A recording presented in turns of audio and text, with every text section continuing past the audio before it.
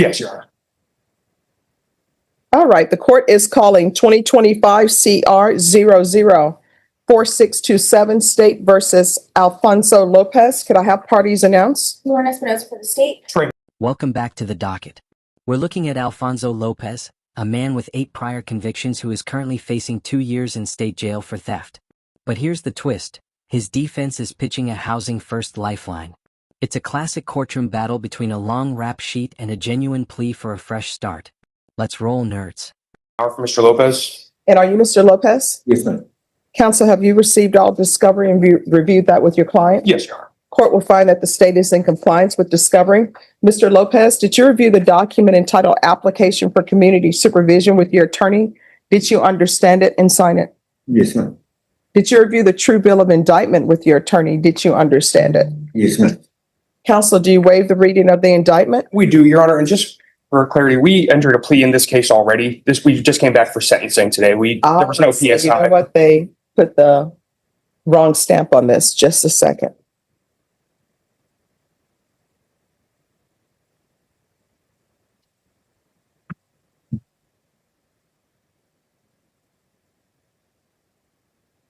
All right, then you're here for sentencing today. Yes.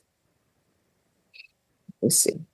According to your plea bargain agreement, the state is opposed to your application. Punishment is to be assessed at 2 years in the state jail facility. There's an $800 fine, and the state is taking in consideration 2025 PF 42484. That's your plea bargain agreement. Both parties agreed to waive the PSI and TAP evaluation. Is that correct, state and defense?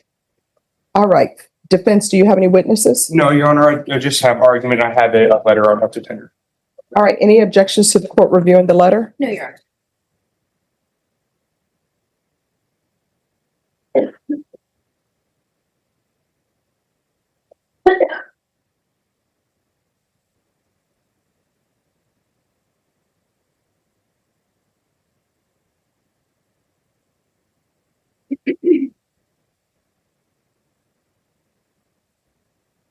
All right. Thank you. Thank you, Judge. And state, you're opposed? Yes, Judge. Would you like my reasoning why? Yes. Okay. Yes, Judge, I do. The prosecution isn't pulling any punches.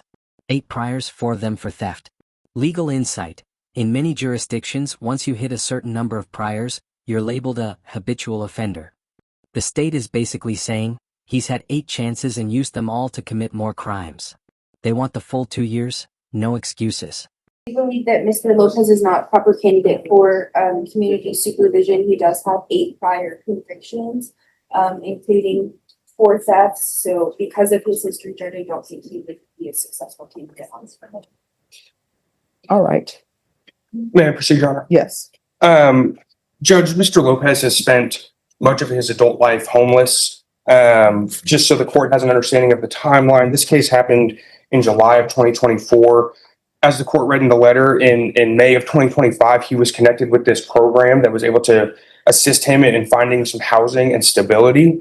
Based on my conversations with Mr. Lopez, I think this is the first time that he's really had an opportunity to call a place home and to have a support system, have this organization helping support him. If he is given an opportunity at probation, this, like as I mentioned, will be the first time that he really has a place to call home and to be at home. This organization is going to help him get his ID and other documents together so he can apply for his Social Security. He has not been able to get that in the future or in the past, I'm sorry, due to his homelessness and not having any form of ID. So this organization is really helping him get his life on a track that it's never been on before. And I think that if he's given an opportunity to prove that he can be a good candidate for probation and that he can take advantage of what this organization provides him, as well as any conditions that the court deems appropriate. Obviously, he knows that he would have to keep up with probation, to do whatever classes and programs the court orders. I believe that those accompanied with what he has from this housing project will allow him to be successful. So we're just asking the court to give him an opportunity at that. We understand that he does have an extensive criminal history, but as I mentioned, I think this is the first time that he's really been able to put his life on a track that it hasn't been on before. So we would just ask for him to receive that opportunity. All right. You want to raise your right hand? Do you solemnly swear and affirm the testimony you give will be the truth and nothing but the truth, so help you God? Yes, ma'am. All right, lower your hand, state your name for the record. Alfonso Lopez. All right, so why did you commit this crime? Here comes the why. Alfonso claims he stole because he was stuck in a no-win cycle. No ID, no money, and he couldn't get his social security without this pending case. Reaction: you can feel the tension. Is this a legitimate systemic failure or just another excuse?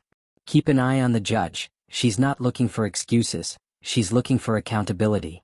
Well, I was doing kind of bad. I couldn't get my retirement. Retirement from what? Well, my SSI, because I didn't have an ID Oh, SSI for what reason? for retirement. No, I mean, what previous employment that you have the ability to obtain retirement? Well, I applied for Social Security and they granted. I was granted. No, let's go back. So this is my first question. Usually when people say they're seeking retirement, right? Sometimes it's because people have worked. So what did you pay into the system that you feel that you're entitled to retirement funds? Well, I worked a pretty good amount. All right, doing what? I worked at Goodwill. I worked at a good district. I worked in a couple of places for a couple of years. All right, so then now back to my first question, why are you stealing? Because your criminal history is riddled with cases of your stealing. Yeah. So why? I was homeless and I couldn't get my SSI because I had this case pending and I didn't have no ID to go get I didn't have no money to go get my ID, and if I did, they were gonna arrest me anyway. So I had a no-win situation. No. So what you just told me is that you couldn't get your SSI because you had this case pending. So we're still back to, why are you stealing? Well, I didn't have no money. I didn't have no income. No kind of income. So what if everybody who has no kind of income just decides to steal? Well, I was homeless. I was down. I didn't have nowhere to go. I didn't have no. But what if everybody who is homeless, who has no income, decides to steal? And see, people look at me and they think certain things. Wait for it. The judge just got personal. She's breaking down the multimillionaire myth of lawyers and sharing her own struggle of sleeping on a pallet and budgeting for food. Sharp take. This is a rare moment of a judge saying, "I've been where you are and I didn't break the law." It's a masterclass in stripping away the victim narrative. Right? It's like everybody thinks that a defense attorney is a multimillionaire because they watch on television, or they think they're Matlock and they get paid $100,000 for every case. So I will tell you, I've been in situations where I've had zero money. When I was in law school, I had zero money for books.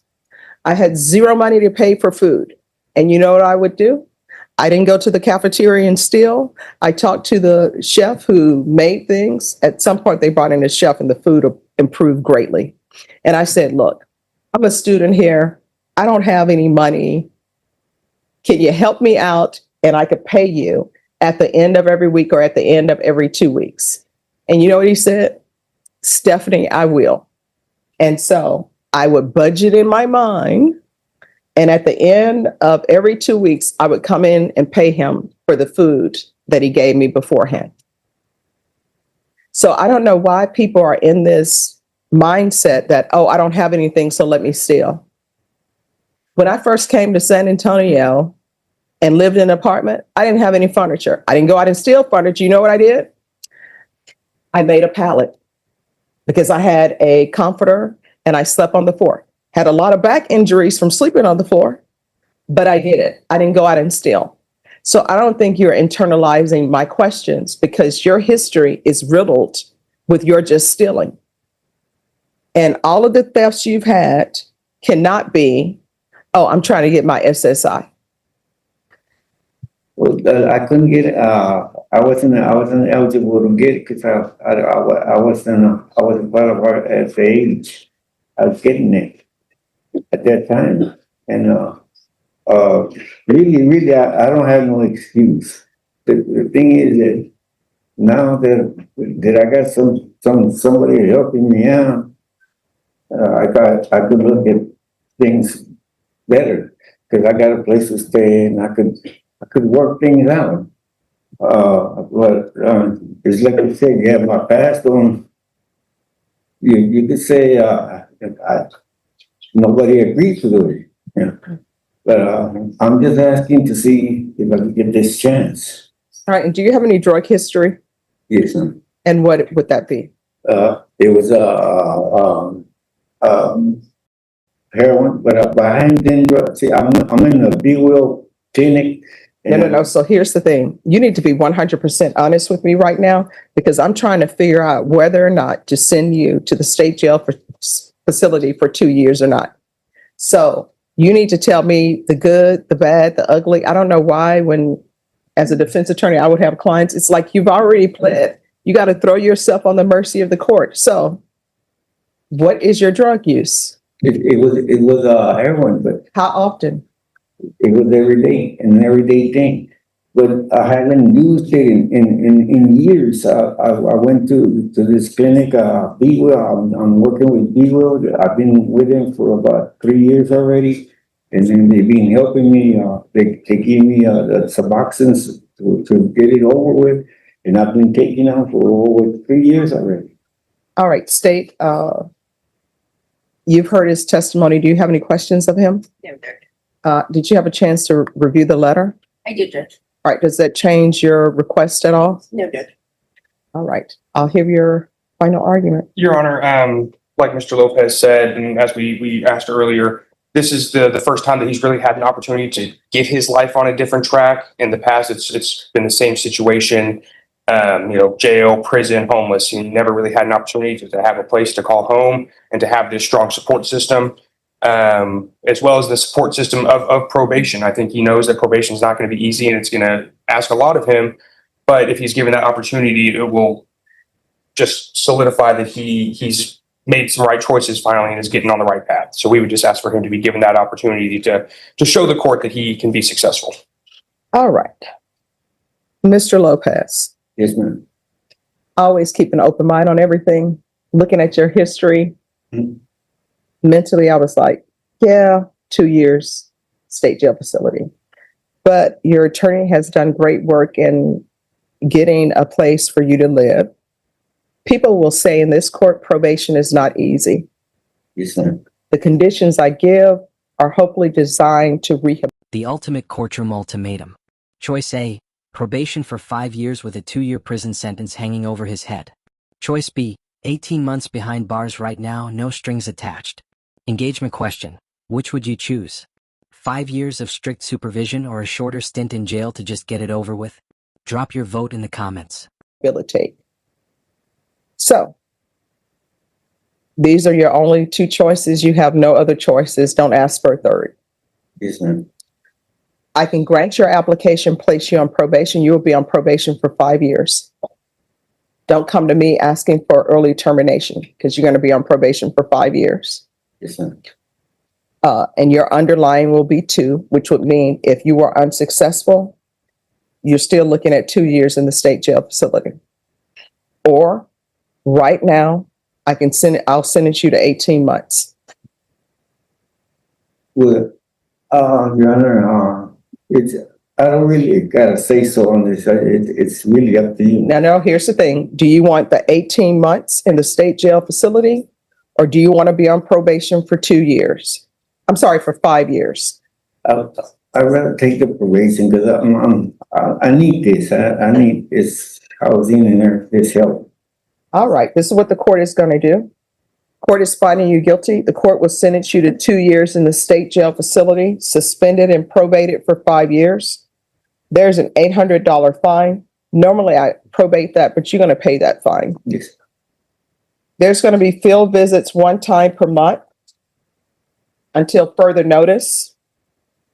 Proof of employment or SSI within 45 days of release.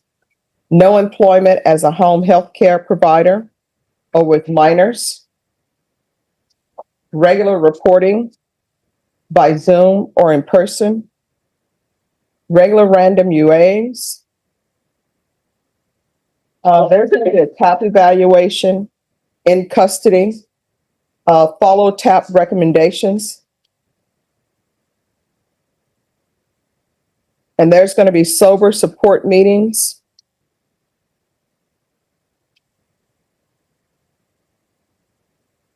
Two times per week until further notice. 200 hours of community service restitution. He's going to do the theft course through CATS. And take in consideration 2025 PF 42484. Probation, is there anything else? No, Your Honor. Is there anything else you need from the court in order to be successful? No, thank you. You're welcome. Did you review this document entitled Trial Court Certification of Defendant's Rights to Appeal with your attorney? Did you understand it and sign it? Yes, ma'am. Because this is a plea bargaining agreement, because I followed your plea bargaining agreement, and because you waived your right to appeal, you do not have the court's permission to appeal. Because this is a felony conviction, you're not allowed to own or possess any weapons or ammunition. If you have a question over what that is, you'll need to speak to an attorney. Do you understand? Yes, ma'am. All right, we can go off the record. Here's the thing. You need to follow through on all of the conditions. Final wrap-up. Alfonso chose the long road, 5 years of probation. Summary, he walks out with a second chance, a place to live, and a mandatory theft course. But the judge made it crystal clear, one violation and he's going away for the full 2 years. This is Alfonso's final shot at redemption. Do you think he'll make it? We're out. I've set for you. If you violate this probation, you're looking up to being sentenced to 2 years in the state jail facility. Do you understand? Yes, ma'am. Your attorney said, and you said that you want to change your life. This is your chance to do that. Thank you. All right, good luck to you. Thank you, Your Honor. Maybe excused. Yes. Hey,